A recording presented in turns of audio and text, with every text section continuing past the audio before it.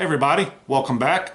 Whether you're out on the road, out on the trail, whatever, when you're out on your bike, you need to have a good little tire pressure gauge with you. And this one from Topeak, this is the Topeak Smart Gauge D2, could just be the pressure gauge that you're looking for. It's got a lot of unique little features on it, allows you to do some cool things. It's pretty versatile, so I'm going to give you a brief overview of it. I'm going to hook it up to the bikes and kind of show you how it works. It's very simple. First off, as usual, you're going to have a switch here that's going to allow you to switch between Presta or Schrader valves right there. Just slide that side to side.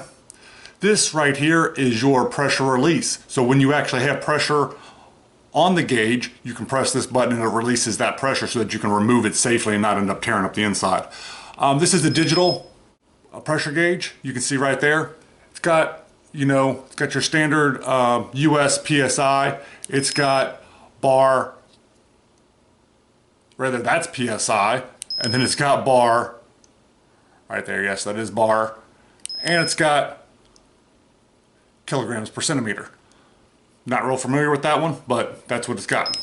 So you can adjust between those just with the press of a button.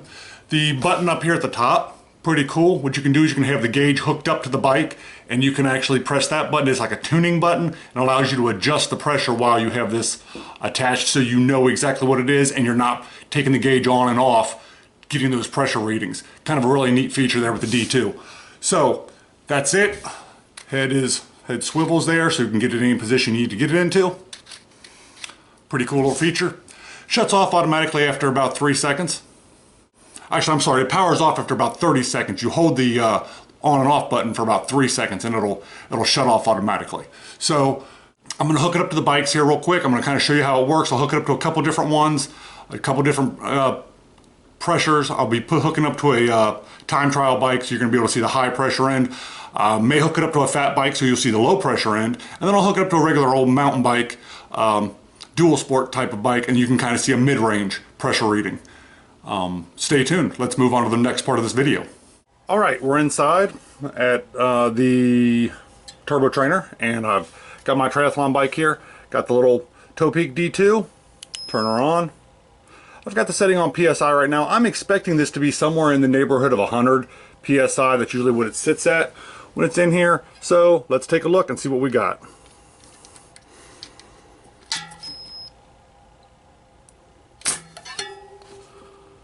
Well, you can't get much more accurate than that. Exactly 100 PSI. If you want to switch that, that'll give you your 66.8 bar or your exactly 7 kilograms per centimeter. And back to our exactly 100 PSI.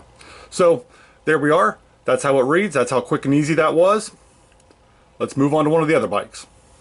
Okay, so we're here at the dual sport bike. As you can see, I've got the Schrader valve on this one, so we're gonna have to switch over on our little Topeak.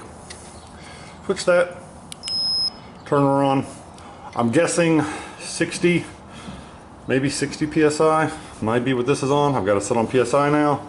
Let's see what she reads.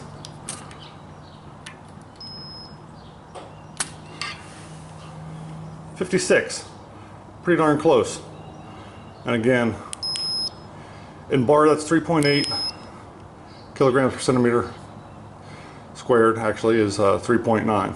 So there you go. 56 PSI here in America, that's what I care about. So that's how easy it is. That's how easy it is to switch back and forth between two different bikes, two different types of pressure. And let's hook it up to the fat bike and see what she reads. Okay, so here we are with the fat bike. We're back to a Presta. Switch that over. Now, this is make or break for a lot of your pressure gauges. Since we're using such low pressure here, I expect this to be somewhere in the neighborhood of about 10 PSI. So again, this can be make or break for pressure gauges because a lot of them won't read that low. So here we go. Got it zeroed out. I'm using PSI. If I don't let too much air out, what do we got? About 9 PSI. Not bad. Swaps us. There's your bar reading and your kilograms per centimeter squared. I guess that's what that actually is. Yeah. There you go. All right, we're back inside, and there you have it. The Topeak Smart Gauge D2. 3 different bikes, 3 widely different pressure ranges we were looking at. And I'd say this little gauge was about spot on all of them. So if this is something that you think that you can add to your kit, add it to your kit. If not, move on and find something else.